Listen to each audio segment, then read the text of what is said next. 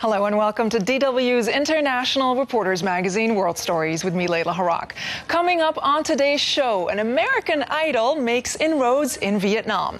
Also ahead on the program, double jeopardy, gorillas and their environment under threat in Rwanda.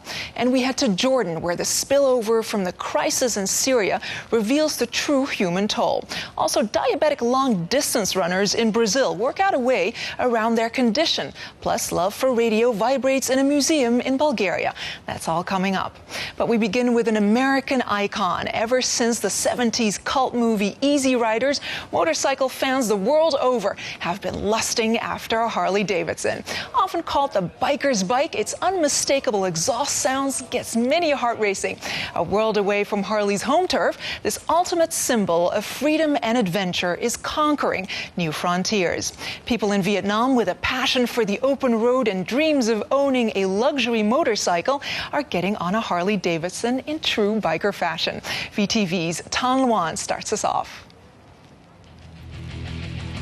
Nguyen Tin Sung is getting ready for the weekly meeting of the Harley Davidson owner group. He has been an active member of HOG in Hanoi and Ho Chi Minh City since 2010. Being involved with two clubs, Sung has to travel the long distance between the two cities. But that also allows him to fulfill his motorcycle riding passion and share his enthusiasm with other motorcyclists. I bought this motorcycle 4 years ago in the U.S. This three-wheel ultra-classic model was driven by Russian President Vladimir Putin when he was visiting Ukraine. And I had mine souped up in the U.S. to accentuate its characteristic features.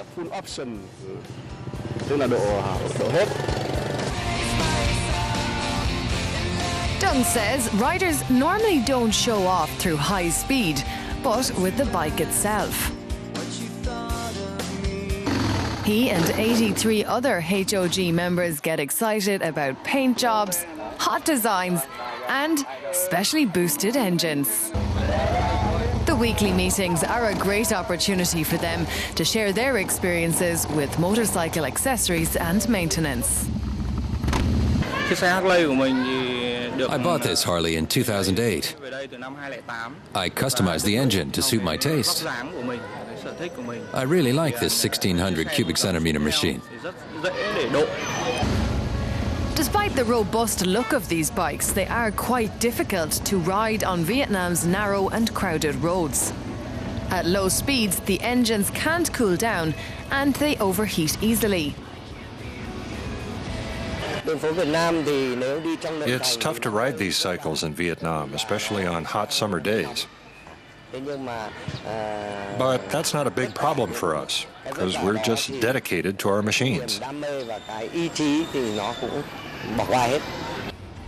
All of these motorcycles are imported from the US, so they don't come cheap. The lowest price for a Harley motorcycle is around 19,000 euros. In just over a year, the number of HOG members increased from 55 to 84, thanks to the rapid development of the Vietnamese economy. We organize excursions around the country. We also organize charitable activities during the trips. Last year, for example, we rode to the province of Son La and the Mong La district to help poor children. We also offer exchanges with HOG associations in Laos, Thailand, and Cambodia. The Vietnamese government approved the import of Harley motorcycles in 2008. Their owners not only display the passion of the Vietnamese people, but also illustrate the growing prosperity in their country. Well, next we travel to Rwanda, home to the world's mountain gorillas, our closest animal relatives. Well, they're an impressive bunch and often described as gentle giants. A while back, a film featuring one of the world's most famous gorilla experts raised the alarm over the plight of these primates when an entire population risked being decimated by poachers. Well, today, the good news is that they're doing much better than hoped for. But as this next report shows, wildlife activists fear that a new danger might now irreversibly jeopardize the silverback's habitat. Rwanda's Volcanoes National Park is an island of forest surrounded by farms. Biologist Ian Redmond first came here in 1976. Together with the famous zoologist Diane Fossey, he studied the region's rare mountain gorillas. He advises the UN on how humans and nature can share the habitat. So we're walking along through potato fields, and the white flowers are pyrethrum grown for insecticide, and right there is the national park. So you can sit sometimes and see gorillas on the slope there. They sit and they watch the humans digging the ground, and you wonder what each side thinks of the other. An hour's hike away, they enter the realm of the gorillas. An exciting moment, even for Redmond, who has worked with these apes for years. What's happening is that we're within a very short distance of the family of gorillas who have just recently been feeding here. This is all where gorillas have been feeding. There's bits of celery, and they peel the celery, eat the inside part, and it tastes like celery. It's not easy to find the mountain gorillas in the undergrowth. The humans first notice the gorilla's pungent odor. But once discovered, the gorillas don't seem to object to a visit by their fellow primates. In fact, tourism has helped to preserve their habitat, as did the film Gorillas in the Mist, shot here in the late 1980s when illegal poaching in the Virunga Mountains threatened the gorillas with extinction. The Hollywood blockbuster attracted attention to their plight.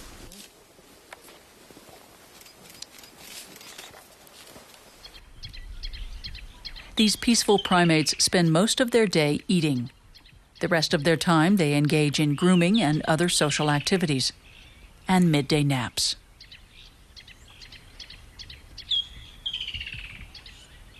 Only the young males are on the lookout for some fun. Soon their symbolic wrestling matches will become more serious. Then a fight will decide who deposes the leading silverback from the throne. 30 years ago, there were just 280 mountain gorillas. Today, there are nearly 800. A success story, but the biggest challenge is yet to come. The mountain gorillas are the only kind of ape that is known to be increasing in numbers because of the effective conservation, and that, of course, is funded by the tourism. But you can have the best protected park in the world, and this is one of the best protected parks in the world. But if the weather changes because of global warming, then the vegetation goes, the gorillas will die. So it is a critical situation, and the lives of thousands of people depend on the success of this tourism, and the agriculture in the surrounding area depends on the rainfall continuing to water the forest and then flowing out to water the fields. Protecting the gorilla's habitat benefits the people of the region. Rwanda has realized that preserving this ecosystem is decisive for the future of the country, and it has many problems. In this most densely populated country in Africa, fertile land is a precious resource. But erosion of the land of 1,000 hills, as Rwanda is known, is destroying livelihoods. As the population continues to grow, there is less and less land to feed more people. Nonetheless, there is a commitment to protecting the national parks, the gorilla's habitat. Matthew Munyarazi is a member of the Batwa ethnic group of hunter-gatherers who used to live in the cloud forests. Matthew used to hunt buffalo and collect honey there. Today, there's no longer room for humans and gorillas. A project is offering Batwa people alternatives. Instead of collecting wild honey in the forests, they've received beehives to produce their own honey. The Batwa sell their honey at a profit to a cooperative. No, I'm not really sad that I don't live in the forest anymore. Of course, I had resources there that I don't have here, but now I have my own hut, and I can get involved in various projects to ensure our livelihood. I wouldn't want to go back to the forest. Now the Batwa can also use a small piece of forest that they have planted themselves. Some of the wood can be used for building or basket weaving, and it leaves enough forest to absorb CO2 from the air. Rwanda has experienced how destruction of the ecosystem can affect the entire economy.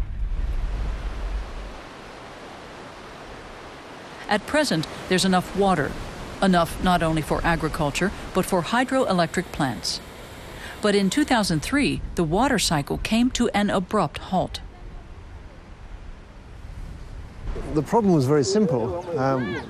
Almost everywhere in the world where humans find wetland, they think, we need to drain this and grow crops.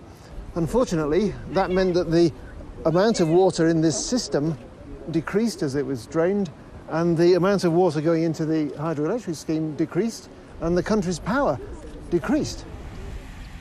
The turbines at the Ntaruka power plant stood still. Rwanda had to import diesel fuel in tanker trucks to ensure electricity supplies. That cost 50,000 euros a day. The government swiftly realized that restoring the Rugezi wetland area was the sustainable solution. The restoration of the Rugezi wetland was a fairly straightforward affair. Persuading farmers who were illegally cultivating in the wetland and draining the swamp to desist and move elsewhere. Persuading the people in the surrounding area, the water catchment area, to use anti-erosion measures, planting bamboo and grasses and trees in contour strips around their land so that less soil is washed away and more water is retained. And that has greatly helped the annual production of electricity. The restored wetlands are also a sink for the potent greenhouse gas methane. Although farmers would prefer to plant on this land, Rwanda has realized that it needs long-term climate protection, even when it goes against the short-term interests of the local people. So I think the two lessons here is that concerted government action and the involvement of the people in the area can deal with conservation threats. So it's not a lost cause.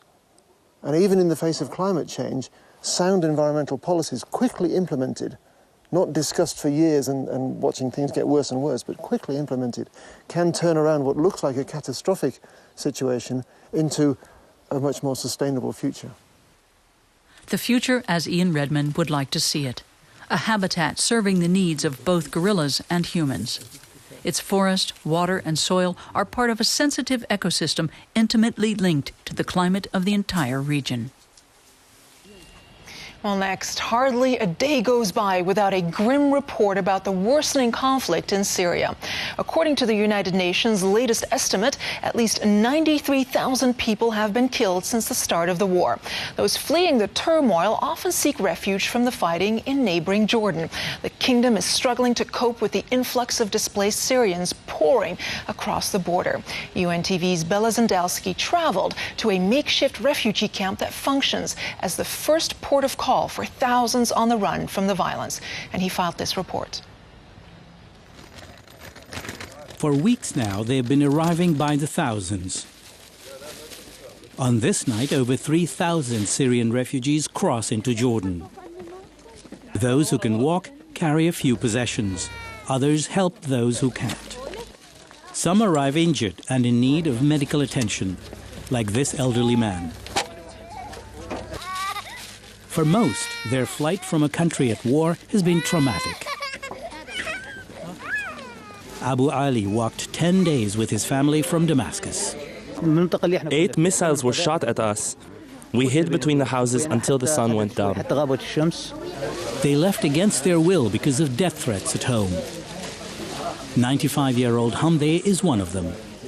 I never wanted to leave, but soldiers came and burned our houses. They attacked us also from the air. We're likely to see entire villages probably coming over in a not too distant future.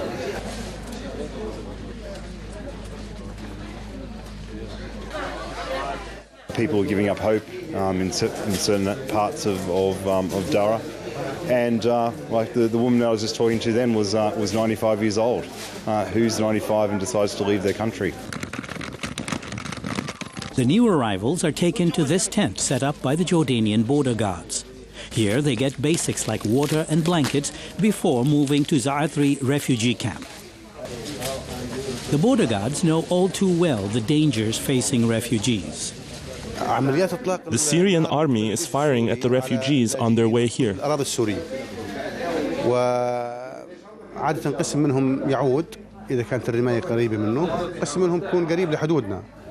They cross in our direction, and we help them after they have entered our lands. We cannot intervene on another state's soil. UNHCR predicts that within the coming months, there could be some 1 million Syrian refugees crossing the borders, a growing crisis that calls for urgent support. We've got the capacity, we've got the space, we've certainly got the willingness from a very generous government, generous people, but we need to put the money into the healthcare, into the education side, into the shelter, into the food, into the water. So we need that money now so we're better prepared. Suddenly, the border lights are shut down. A border guard climbs in a watchtower. There is a security threat. And yet, despite the darkness, the refugees keep coming. And now to another startling number. The World Health Organization estimates that for some 347 million people globally, diabetes is part of their everyday life. When it comes to keeping the condition under control, doctors recommend patients eat a balanced diet and exercise. In Brazil, physicians help runners stay on track by planning ahead and monitoring their blood sugar levels so that nothing can hold them back from enjoying their sport. Carlos Augusto Soares from Rede Minas has the story.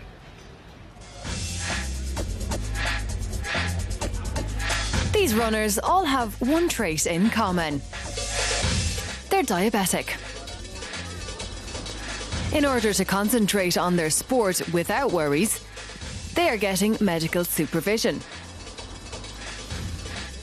Dr. Marconi Gomez adapts his monitoring to the patient's needs.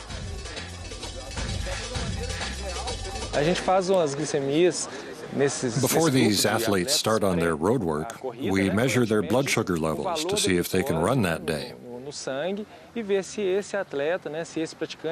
the blood sugar level is too high, it has to be brought down. And if it's too low, the runner has to eat something before practice.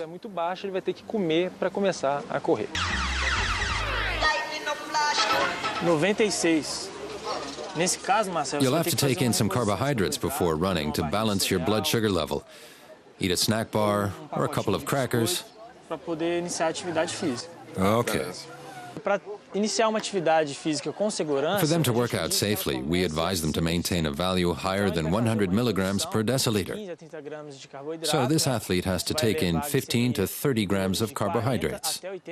That'll raise his blood sugar to 40 to 80 milligrams per deciliter, and he can run safely. We'll measure it again during practice.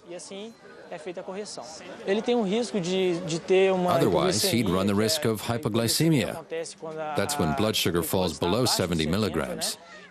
If you don't bring the blood sugar back up, the patient can lose consciousness. Low blood sugar has various symptoms, for example, excessive perspiration, blurred vision, a light trembling, and so on. You have to stay alert. My running makes me feel quite a bit more relaxed about my illness, because I can keep it under control much better. In general, I feel I can be more active because I know what I have to look out for.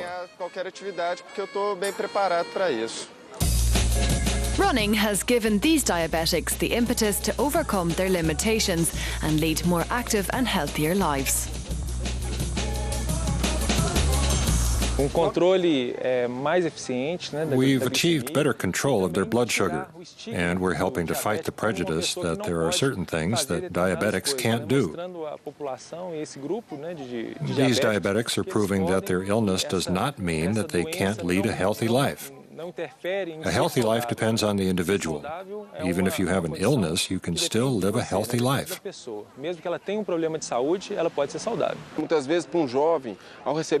Often it's hard for the sufferers to accept the diagnosis and the fact that they'll have to start giving themselves insulin shots several times a day. It can be difficult to maintain your faith in yourself and find a way to lead a normal life. Sports can play a key part in this sense. If you practice in a group, you can communicate and discuss ways to live a healthy life, even with this illness. Everyone knows that getting enough exercise is key to maintaining our health. For diabetics, it may even be vital. Well, video might have killed the radio star, but in the Bulgarian capital, Sofia, an entire museum is dedicated to the golden age of radio. Filled with antique audio equipment, the museum's collection includes rare recordings documenting the country's once turbulent political history.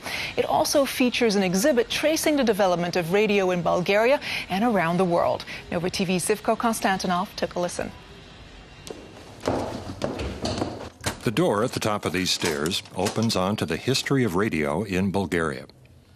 It began in 1927 with the parliament passing the nation's first broadcasting legislation.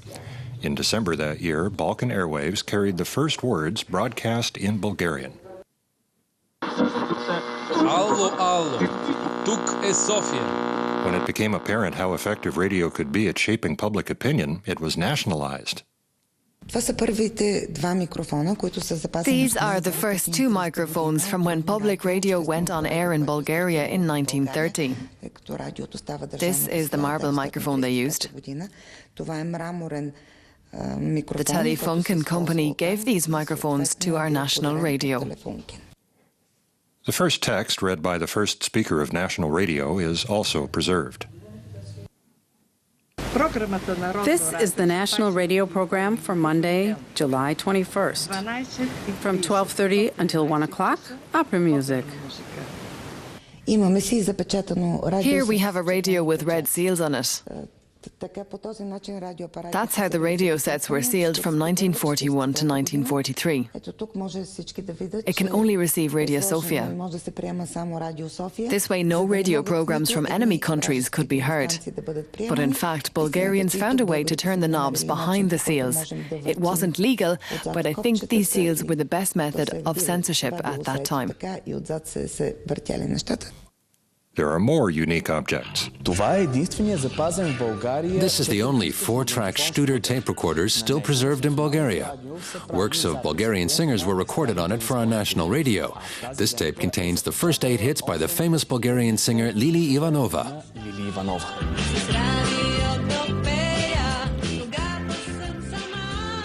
The pay for the singers varied. In 1940, the fee for an opera singer was 300 leva. And 150 for the musicians. The museum has more fascinating objects on display. This is a gramophone disc for permanent archiving of audio recordings. The golden era of the Bulgarian national radio in the 1970s is preserved on discs like this. I should mention it's a Bulgarian patent. This is the MP3 of the last century. Modern-day technology fits in our pocket, but just a few years ago, dimensions were very different. I still have colleagues who worked in radio with this reporter's tape recorder. Actually, it's terribly heavy. I don't know how they managed to carry it. The director denies claims that this technology was copied. This is a Tulan radio, Bulgaria's most well-known. It was produced in Burgas. As you can see, we've arranged them like this intentionally. This is a German Blaupunkt radio set. I've spotted more than 10 similarities, but our radio set was produced 2 years before the Blaupunkt. We're talking about the 1930s. Our brief tour ends with this old mixer unit. On the day Yuri Gagarin was launched into space, our curator Zachary Milenkov was on duty at the radio station.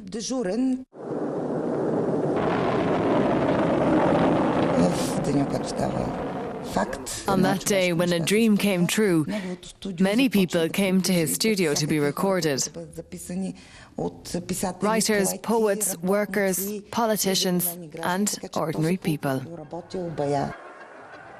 And with that report, we've come to the end of our show. Thanks so much for joining us. Remember, you can always find us online at dw.de/worldstories. We're also on Facebook. Drop us a line. We love to hear from you. And there'll be more from our reporters far and wide next week. But for now, here are this week's Picks of the World. See you next time.